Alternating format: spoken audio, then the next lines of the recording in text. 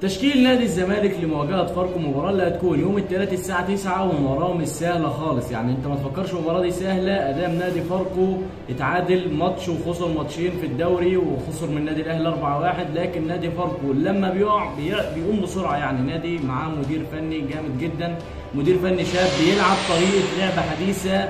ففي النهارده حلقه النهارده زي ما احنا متعودين قبل المباراه بجوز ايام هقول لك التشكيل الاساسي. يعني انت مش محتاج المباراه تيجي وقبل المباراه بنص ساعه تعرف التشكيل، لا انا هقول لك التشكيل قبل المباراه بيومين، وان شاء الله بنسبه 90% هيكون هو ده التشكيل الاساسي. ومعانا برضه خبر هقوله لك في اول الحلقه، فلو مش مشترك في القناه اشترك واعمل لايك ويلا بينا. نبدا اول حاجه بالخبر، والخبر ده هو نادي الزمالك انهى كل الاتفاقات مع ظهير ايمن بديل لعمر جابر، لاعب تحت السن عنده 20 سنه ولاعب واعد جدا، هيبقى في صفقه انتقال حر. واللاعب ده لاعب كيني ظهير ايمن اسمه بارون اوتشينج، لاعب جامد جدا مش هيحتاج اي كلام وهيتأيد قبل يناير. يعني اللاعب اول ما يجي يعجب المدير الفني يتأيد ويلعب مع الزمالك عادي مفيش مشاكل.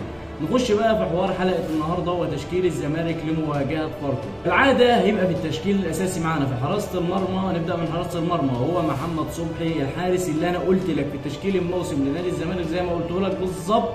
بدأ بمحمد صبحي لان زي ما قلت لك فريرا بيحب اللعيبه الصغيره، وعلى قدر الامكان بيبدا يبني الفريق من اوله على اللعيبه الصغيره. فمحمد صبحي هيكون اساسي وفي كل المباريات، لو ما اتصابش هيكمل كل المباريات وهيكون اساسي طول الموسم مع نادي الزمالك. نروح بقى لقلب الدفاع، وقلب الدفاع في نادي الزمالك في 2 لاعبين انا قلت لك من بدايه الموسم ان هم يندمجوا مع بعض، ولو الونش اتبعت عن الاصابه الونش هتشوف منه نسخه جامده جدا، لانه مدافع كبير. طبعا الهدف اللي جابه في نفسه قدام مودرن سبورت هيأثر في نفسيته، لكن الونش لاعب كبير بعقليه كبيره، الهدف ده لا هيأثر ولا يعمل اي حاجه، وهيعمل مباراه كبيره ان شاء الله قدام فاركو. ومعاه المدافع الاساسي هو مدافع نادي الزمالك الاول حسام عبد المجيد. بالنسبه لحسام عبد المجيد انا عايز اقول لك بالنسبه ان حسام عبد المجيد مدافع نادي الزمالك الاول، لكن حسام عبد المجيد طالب رقم كبير جدا جدا للتجديد. انت متخيل حسام عبد المجيد حاليا بياخد 1.5 مليون جنيه في السنه، لكن للتجديد طالب 40 مليون جنيه في السنه. يعني شوف الفرق 38 الضعف، رقم كبير جدا جدا. مش عارف بقى اداره الزمالك هتقدر توفره ولا هتسمح للاعب بالرحيل.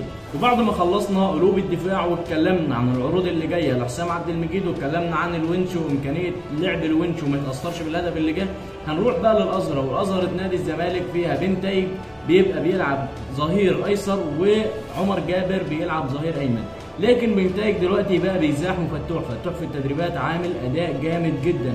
فتوح راجع بقوه، واول ما المدرب شافه في التدريبات، اول ما شاف احمد فتوح في التدريبات حس ان احمد فتوح ما كانش غايب عن الملاعب لمده شهر، تحس انه كان غايب لمده ساعه، راح كل ورجع عادي، عامل اداء كويس جدا جدا. لكن احمد فتوح لو هو وبنتايج عملوا اداء كويس هتلاقي احمد فتوح فريرا بيخترع لاحمد فتوح مركز جديد في خط الوسط.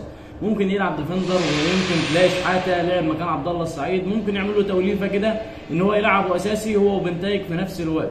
نروح بقى بعد ما خلصنا الازهر قلنا عمر جابر هيلعب ظهير ايمن، خليك عارف دي على طول، عمر جابر ظهير ايمن اساسي لان مفيش غيره في نادي الزمالك حاليا.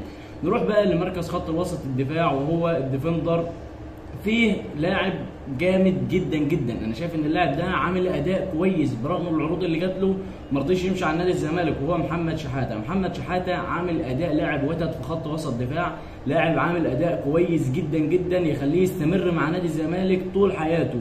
جمهور نادي الزمالك عمره ما هيخاف على المركز ده بعد ما دونجا خلى جمهور الزمالك بتعيط بكل ما تشوفه في الملعب.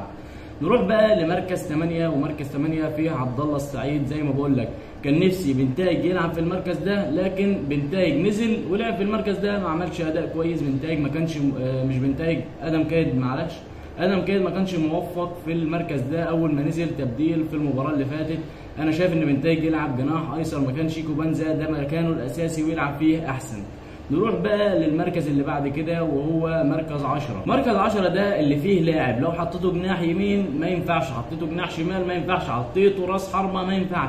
هو مركزين بس اللي بيحب يلعب فيهم. ناصر ماهر يحب يلعب مركز 10 يا يلعب مهاجم وهمي، يعني تحت المهاجم على طول، هو بيحب الحته دي. لكن تلعبه جناح مش هيديك، تلعبه جناح هنا مش هيديك، تلعبه راس حربه مش هيديك، لكن يديك في مركزين، يديك يا مركز 10 يا مركز 8 يا تحت المهاجم على طول. نروح بقى قلنا كده ناصر ماهر هيلعب مركز 10 خط وسط مهاجم اساسي في نادي الزمالك. نروح بقى للجناح الايسر والجناح الايمن الاول. نروح بقى للجناح الايمن. الجناح الايمن اللي عمل مع الزمالك موسم جامد، مش موسم ده، مباراتين. شوفوا مباراتين انا حسيت ان هو بقى مع الزمالك بقى له موسم. خوان الفينا وانا بقول لك التشكيله اللي فاتت قلت لك انا شفته اول ما نزل من الدقيقه 70 في اول مباراه ليه في الدوري. اول ما نزل قلت لك اي مدافع هيخش عليه بعد كده يعمل حسابه، يا اما هيتمرقص يا اما هيتبهدل. فشفت اول ما عبد الله السعيد عطاله الكوره، كده رفعها له. بالنسبه لعبد الله السعيد راجل عنده 40 سنه، عدى من 3 لعيبه وبص ورفع له الكوره. خوان الفينا الكوره جابها من على الخط بالعافيه، يعني ما سابش الكوره، جابها من على الخط. بقى مش هفضل بقى مستني، يعني مش هجيبها على الخط يعمل زي اللعيبه المصريه دلوقتي بيفضلوا مستنيين لما يستنوا اما لاعب يجي لهم، لو لاعب ما جالهمش يشوط هيضيعها. لكن لا، جبتها من على الخط، عملت ارتو، جبت جون على طول. لاعب برازيلي فعلا ولاعب جامد جدا، والله يستاهل 100 مليون جنيه اللي اتدفعوا فيه. انت متخيل نادي الزمالك عنده جناح بيلعب برجله الشمال، نادي الاهلي بالنجوم اللي ده النجوم اللي عند النادي الاهلي دول كلهم ما فيهمش لاعب بيلعب برجله الشمال. زيزو ما بيعرفش يلعب برجله الشمال، تلاقي بن شرقي ما بيعرفش يلعب برجله الشمال، وتلاقي تريزيجيه، تلاقي طاهر، تلاقي حسين الشحات، ما فيهمش لاعب واحد بيلعب برجليه الشمال. لكن نادي الزمالك محظوظ ان عنده خوان الفينا. نروح بعد كده للجناح الايسر، وزي ما بقول لك شيكو بنزا دلوقتي بقى مهدد في المركز ده. ازاي بقى؟ شيكو بنزا ما يغركش الهدف اللي جابه، انا شايف الهدف ده فيه حظ كبير جدا جدا وفيه توفيق كبير جدا جدا بالنسبه للغلط اللي عمله محمد ابو جبل. لكن احنا هنتكلم دلوقتي ان احمد شريف لاعب اللي جه من فاركو بيهدد شيكو بنزا في المركز ده، لانه بيعرف يلعب جناح ايسر جامد جدا، بيعرف يلعب برجليه الاثنين.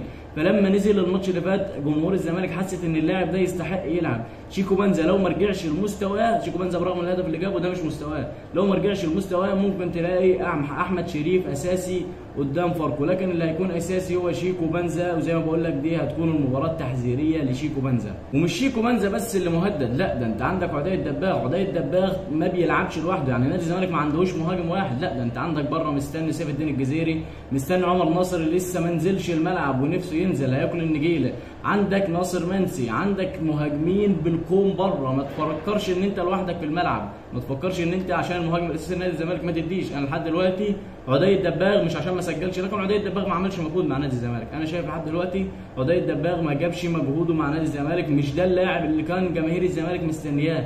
عدي الدباغ ما عملش مباراه كويسه جدا جدا، واحد مع الزمالك لعب 3 مباريات لا صنع ولا سجل ولا عمل اي خطوره ولا تسديدات، ما فيش. ده مش عدي الدباغ اللي جمهور نادي الزمالك مستنياه.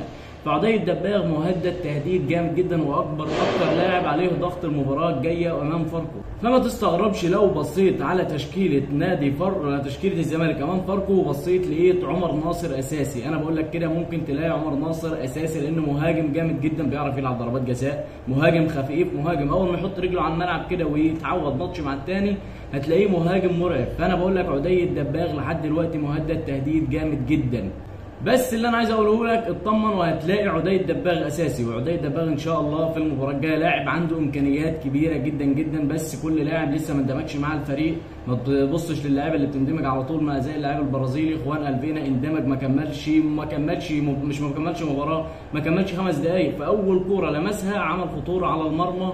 لكن عدي الدباغ برضه لازم جمهور الزمالك تديه الثقه. عدي الدباغ المهاجم الهداف التاريخي لمنتخب فلسطين، لاعب جامد جدا، لكن محتاج ياخد الثقه ومحتاج يتعود ومحتاج يندمج مع الفريق.